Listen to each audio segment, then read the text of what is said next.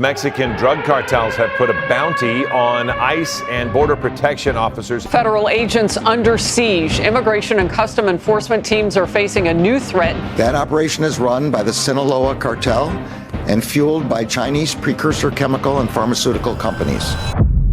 The United States has just launched the most aggressive counter-narcotics and border security offensive in its modern history.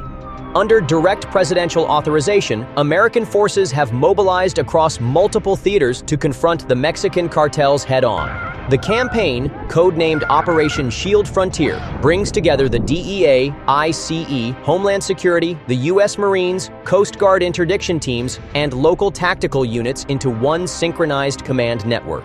Officials describe it as a total border lockdown, an operation designed to dismantle cartel command chains, seize smuggling routes, and neutralize threats before they reach American soil. Within days of the operation's launch, more than 1,000 arrests were made across Texas, Arizona, New Mexico, and California, along with major seizures of weapons, narcotics, and vehicles. Federal analysts call it the largest combined law enforcement and military strike against transnational crime ever recorded inside U.S. territory.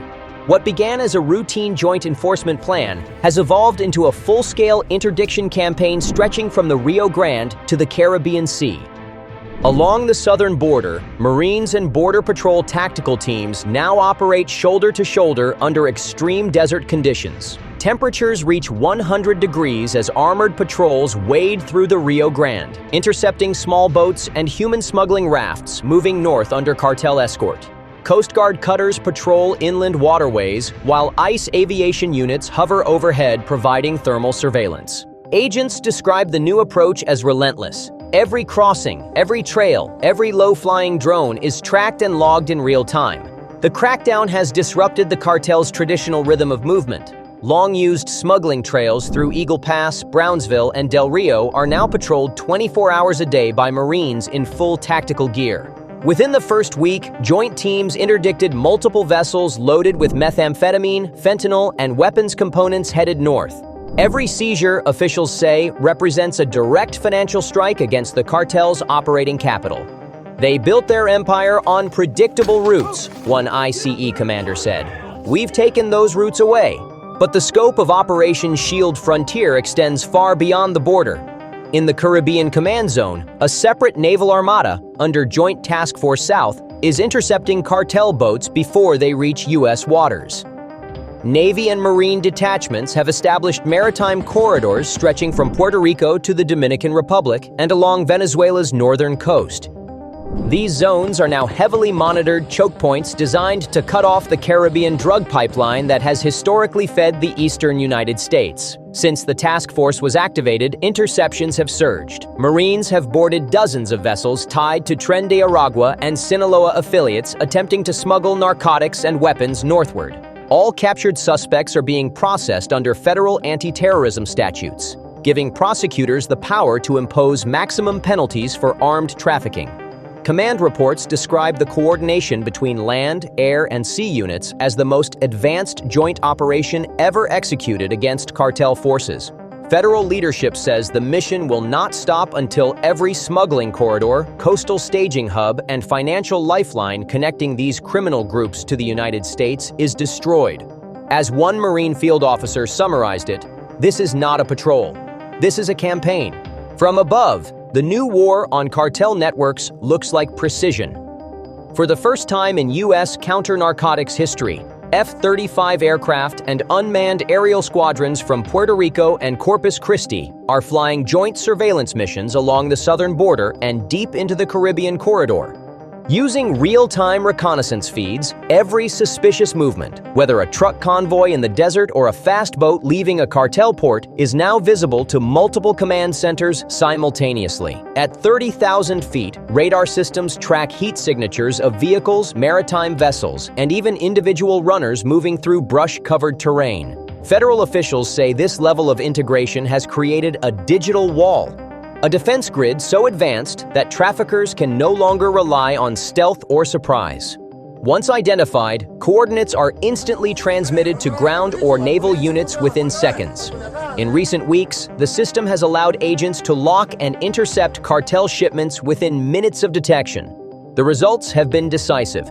Thousands of pounds of narcotics seized, dozens of vessels impounded, and key cartel couriers captured before they crossed into the United States. Homeland Security commanders described the new coordination as the most efficient interdiction cycle ever achieved in U.S. operations. The cartels have felt the impact immediately. Intercepted communications between mid-level commanders show confusion and panic spreading through their ranks. Financial analysts inside Homeland Security Investigations, HSI, report that traffickers are losing millions each week as ground convoys are stopped and maritime routes collapse. Multiple cartel factions, particularly CJNG and Sinaloa, have attempted to reroute their shipments through Central America, but U.S. intelligence assets have already mapped those detours. Drone patrols now extend hundreds of miles south of the border, forcing smugglers to abandon vehicles, stash houses, and temporary airstrips once considered safe. Several mid-level commanders have fled deeper into Mexico, hiding in mountainous regions to avoid drone detection. For the first time in decades, field agents describe cartel logistics as financially collapsing. When traffickers can no longer guarantee deliveries, investors and suppliers turn elsewhere, cutting the flow of money that sustains the violence. Federal analysts believe that if these conditions hold for 90 days, the cartel's cash cycle could shrink by nearly 40%, an economic blow equivalent to losing a war. But the crackdown has not come without danger. Intelligence assessments confirm multiple assassination threats directed at senior U.S. border security officials and field commanders. Cartel sources have offered bounties ranging from $25,000 to $50,000 for the targeting of ICE, DEA, and Homeland Security agents. Federal counterintelligence teams have verified credible chatter on encrypted communication platforms, indicating plots to track U.S. personnel and their families. In response, Homeland Security has activated enhanced protective protocols across all sectors, including rotating agent assignments, restricting public travel, and deploying federal tactical support for at-risk officers. "They want to scare us into backing down," one senior agent said, "but it's having the opposite effect." Despite the threats, operations continue uninterrupted. Officials confirm that the number of joint task forces along the border has now reached 1,000 active teams, conducting daily missions across interior states to identify smuggling cells and logistics hubs. Each day, dozens of traffickers are detained and transported to secure federal facilities for prosecution and deportation. The message from Washington is clear: the United States will not yield to intimidation. The mission to dismantle the cartels will proceed at full strength, regardless of threats, politics, or geography. As one DHS spokesperson put it, "If they want to fight like an army, we'll treat them like one, and we'll finish it."